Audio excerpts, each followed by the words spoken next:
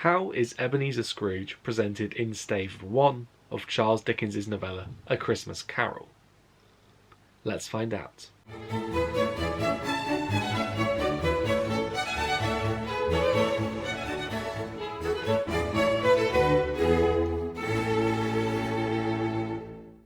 What's going on, Revision Squad? It's me, Liam, aka Mr. Knight, aka DystopiaJunkie, and in this video we are going to have a think about the character of Ebenezer Scrooge from A Christmas Carol, and in particular how he is presented in the story's first stave.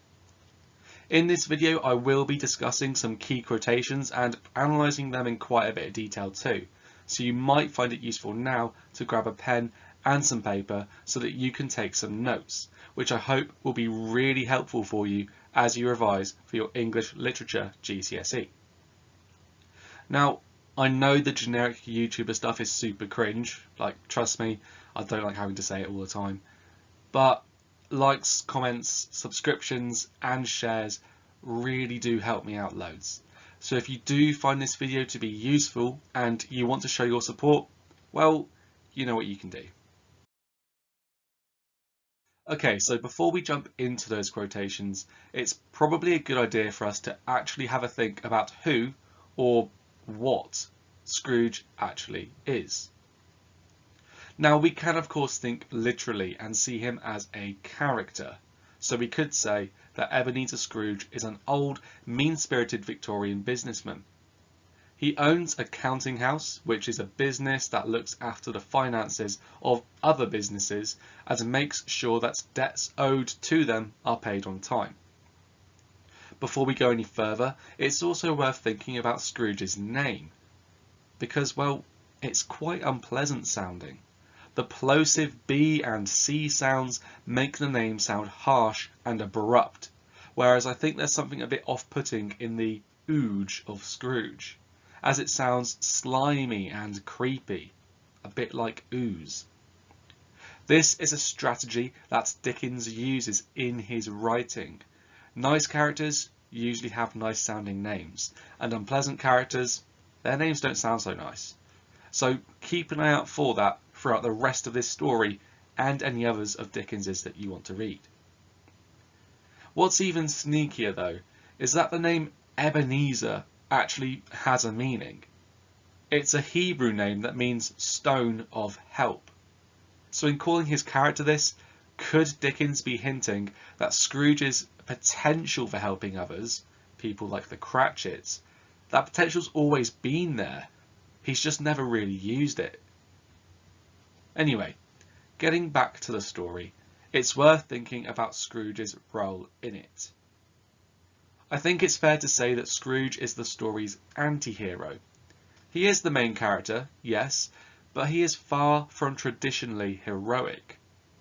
The transformation that he undergoes across the story is a vehicle through which Dickens conveys one of its key messages, the importance of generosity and looking out for one's fellow man.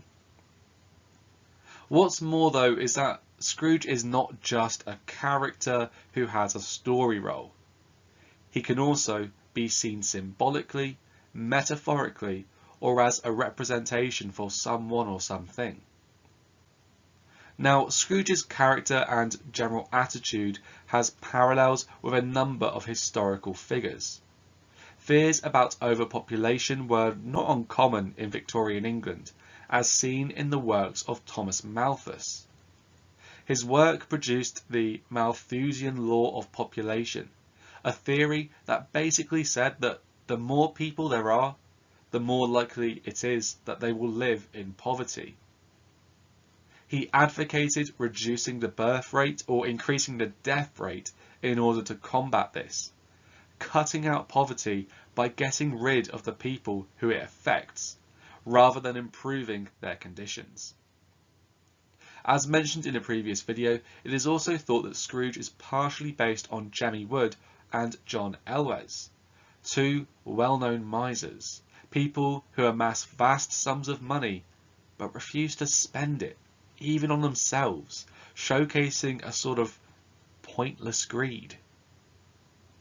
There's also an idea that Scrooge is in fact Dickens making some sort of self-parody? Robert Douglas Fairhurst, a professor of English literature at the University of Oxford, has suggested that the unhappy childhood and apparent poor relationship Scrooge had with his father is very much drawn from Dickens's own childhood, as is the character's aspiration for money in order to avoid poverty. The negative aspects of Scrooge could be seen as Dickens's anxieties about who he could have become, whereas the generous, positive Scrooge of the novel's end could be seen as Dickens's optimistic view of himself. So if that's who Scrooge is, literally within the story and symbolically, metaphorically, or as a representation, what can we say specifically about him in Stave 1? Okay, before we dive headfirst into those quotations and analyses, I just want to give a super quick disclaimer. All the page numbers that will appear on the slides in this video and in the videos for the rest of this series refer to this book, Penguins, A Christmas Carol and Other Christmas Writings. If you have the same copy of the story as me, then obviously the page numbers will be spot on. But if you have a different copy of the text, the page numbers are going to be more general guidelines. I will try my best throughout these videos to give you a rough idea of whereabouts in each stave quotations are coming from, whether that's the start, the middle or the end, and I'll try to tie it in with a general explanation of where in the story it's coming from too, so what's happening at the time. Hopefully that means that no matter what copy of the book you've got, you'll be able to follow along and find those quotations too. Anyway, our first quotation comes right at the beginning of Stave 1. In reference to Marley's death and funeral, we are told, "And even Scrooge was not so dreadfully cut up by the sad event, but that he was an excellent man of business on the very day of the funeral, and solemnized it with an undoubted bargain." I've selected this quotation as it is one of the first pieces of writing in the story that explicitly focuses on Scrooge's character. When Marley, his long-standing business partner, dies, Scrooge was not sad. He was not so dreadfully cut up by it, and was instead an excellent man of business, as the funeral was an undoubted bargain. Here, right on the very first page of the story, we see that Scrooge prioritises money over people. He is exceptionally professional, perhaps, but at the cost of his humanity. The emphatic phrase "dreadfully cut up" describes what you would expect a normal person to feel when their business partner dies, and so negating it with "not" makes Scrooge seem strange and uncaring.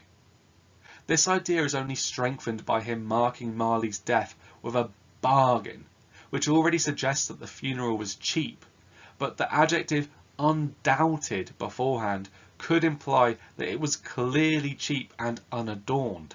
Hardly a celebration of a person's life, but a ceremony performed because it had to be. This quotation, which comes right at the start of the story, remember, could present Scrooge as being money obsessed, strange, or quite simply uncaring. Now that idea is presented in some additional quotations later on in Stave 1. You might want to think about how Scrooge's obsession with money is evidenced by him being too cheap to paint over Marley's name on their business signage. Or you might want to think about how Scrooge prioritises money over the well-being of his employee. Rather than seeing Bob Cratchit's request for Christmas Day off as a positive thing, as a happy occasion for Bob and his family, Scrooge sees it as robbery, focusing more on the financial implications than on the festivity and joy that Christmas brings. Okay, next up we've got the quotation, "Secret and self-contained and solitary as an oyster." Now, I love this quotation. First of all, it's technically rich as it contains a simile, an example of triadic structure or list of three, and it makes frequent use of sibilants. Secondly, perhaps because of all those things, I think this quotation is really evocative. But what does it tell us about Scrooge? To start, let's think about those three adjectives that form the triadic structure. Scrooge is described as being secret, self-contained, and solitary. Now, it would be quite easy to sit here and call Scrooge a lonely character. We know from the story that he has no friends, barely any family, and lives on his own. But to make that claim, I think would be inaccurate. You can only call someone lonely if they dislike their lack of company. Scrooge seems to relish in this. In being called secret, we know that he does not share his thoughts or feelings. In being called self-contained, we see that he is independent and keeps himself to himself. And in being called solitary, we learn that he does not rely on others and rarely has them around him. With all this in mind, you might call Scrooge a recluse or a hermit, or perhaps a misanthrope, someone who actively dislikes and avoids human society. Next up, let's consider that sibilance, the s sound that appears throughout this quotation. Simply put, it makes it sound quite sinister, haunting, and eerie. Scrooge is not described in nice flowery language. Instead, even the vocab that is used to describe him is a bit off-putting. Finally, the simile. Scrooge is compared to an oyster, a dark, strange, and quite ugly sea creature, something that outwardly barely seems alive. Certainly, this tells us that Scrooge is an unpleasant character. Looking a bit deeper though, we could say that beyond his tough outer shell, just like an oyster, there may be a pearl hidden deep inside Scrooge. Even with this quotation, Dickens is alluding to the fact that the potential for something better and more kind is somewhere within Scrooge. It's always been within Scrooge, just it's buried very deeply. So you could say that this quotation then shows Scrooge to be cold, purposefully isolated, or even misanthropic. Those ideas are of course seen later in Stave 1.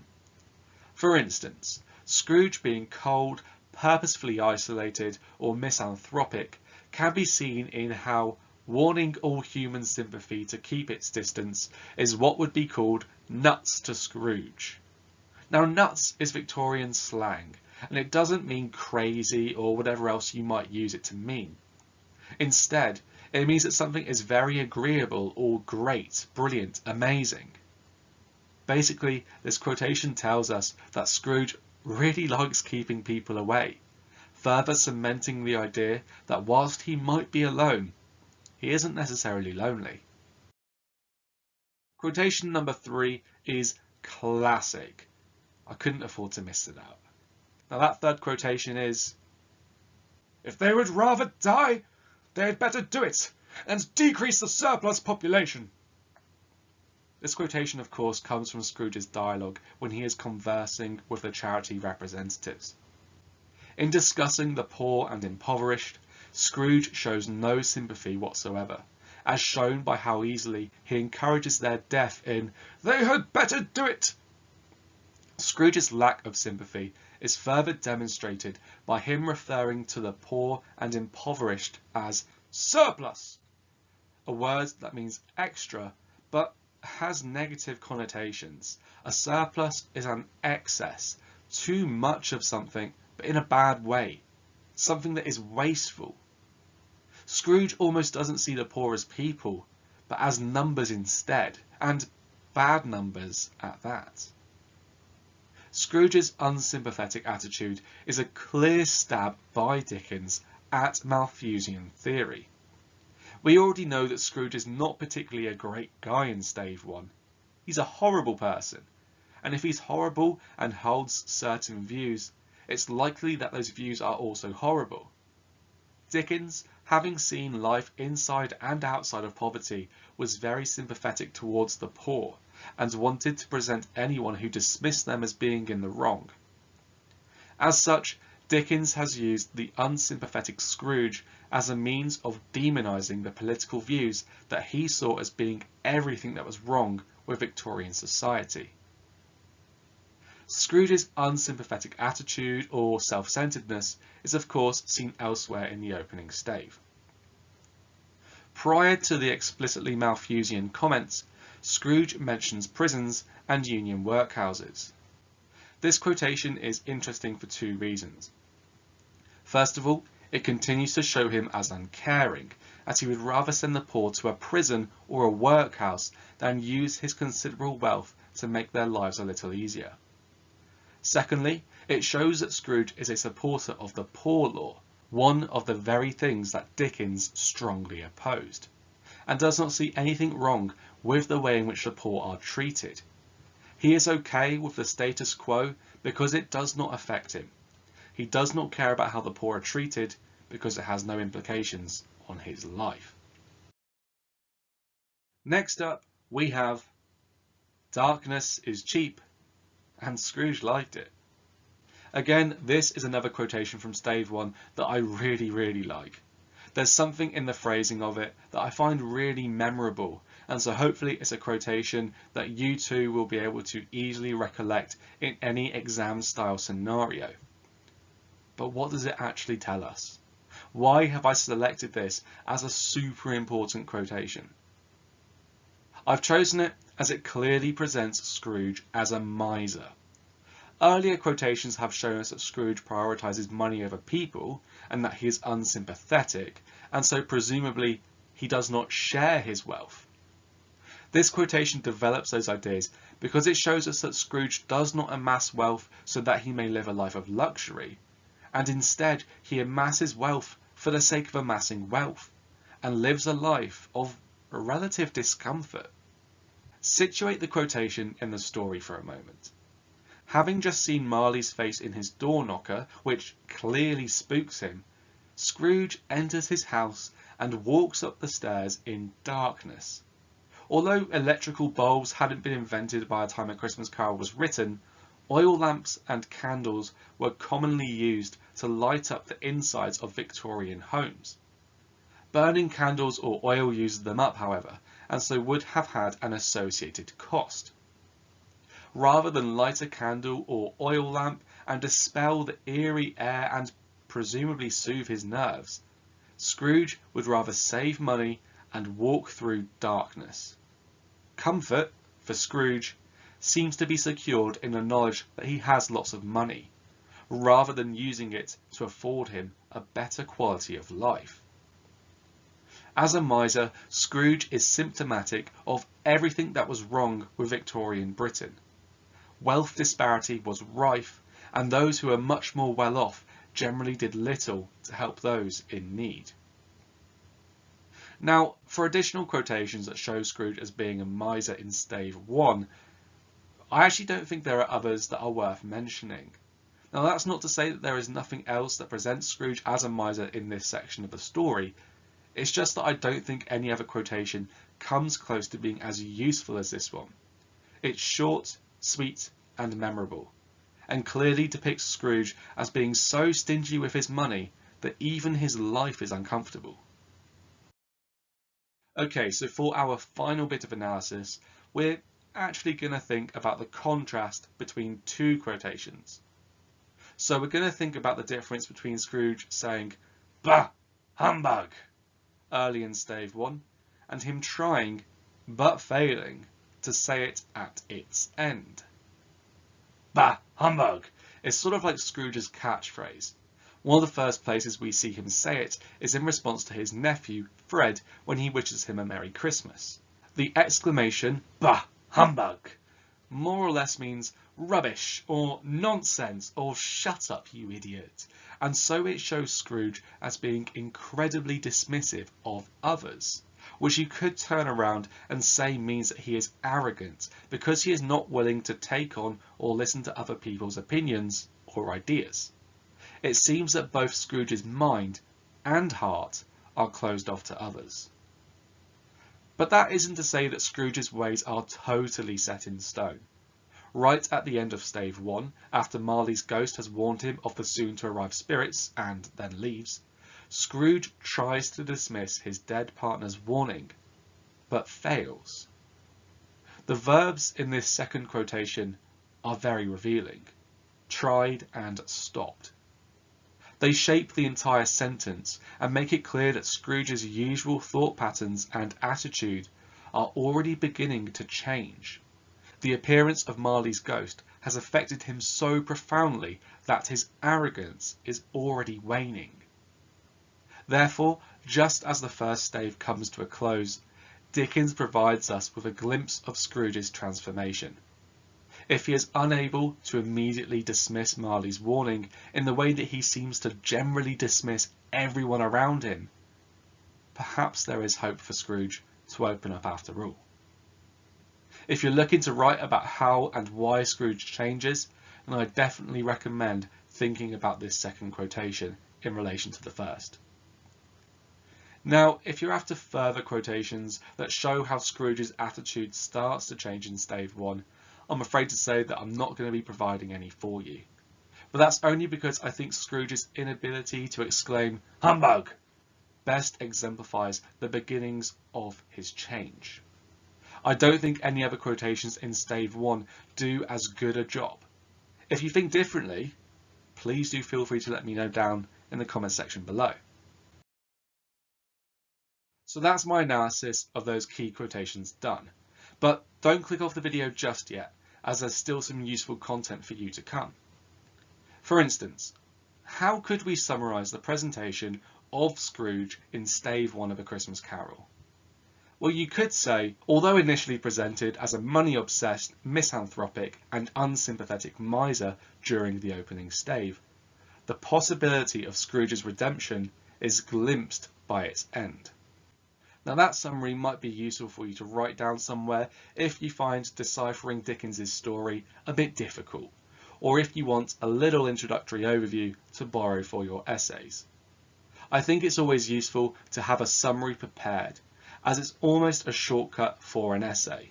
The terms money-obsessed, misanthropic, unsympathetic, miser and redemption could be useful ins to analysis. Each one could provide the basis for an analytical paragraph. So before this video ends, I've got a quick question for you. Which one quotation, 10 words max, best sums up the presentation of Scrooge in Stave 1 of A Christmas Carol, and why? Now, there are a few different things you could do in response to that question. You could just sit and have a think about it in a few moments' time once this video has ended. You could write it down and use it as the basis for a mind map. Or you could even write an answer to it down in the comment section below. Genuinely, I always enjoy seeing your ideas and think it is great to generate a bit of discussion, and usually I'm pretty good at responding to your comments too. Remember though, teacher mode for a second, to write in full sentences, because that is good preparation for your exams. Okay, so there we go. That is my analysis of Scrooge in Stave 1 of A Christmas Carol complete. Genuinely, I hope this video has helped you out. Whether you're revising for exams, studying A Christmas Carol for the first time, or just have a passing interest in Charles Dickens's writing. If this has helped you out at all, please do consider showing your support by liking, commenting, subscribing, sharing, and so on. Yes, I know I'm repeating that YouTuber cringe from the beginning of the video, but you doing those things really does help me out more than you know. And it also actually helps me to help even more students, which really is the aim of the game here. As ever, I hope that you have an awesome rest of the day. If you are revising, please do remember to take frequent short breaks, as a burned out student is not a happy or successful student, which is what I think you deserve to be. So there we go. In Stave 1 of A Christmas Carol, Ebenezer Scrooge is presented as a mean old miser. But maybe, just maybe, at the end of the first stave, we see that he is capable of changing his ways and becoming someone better.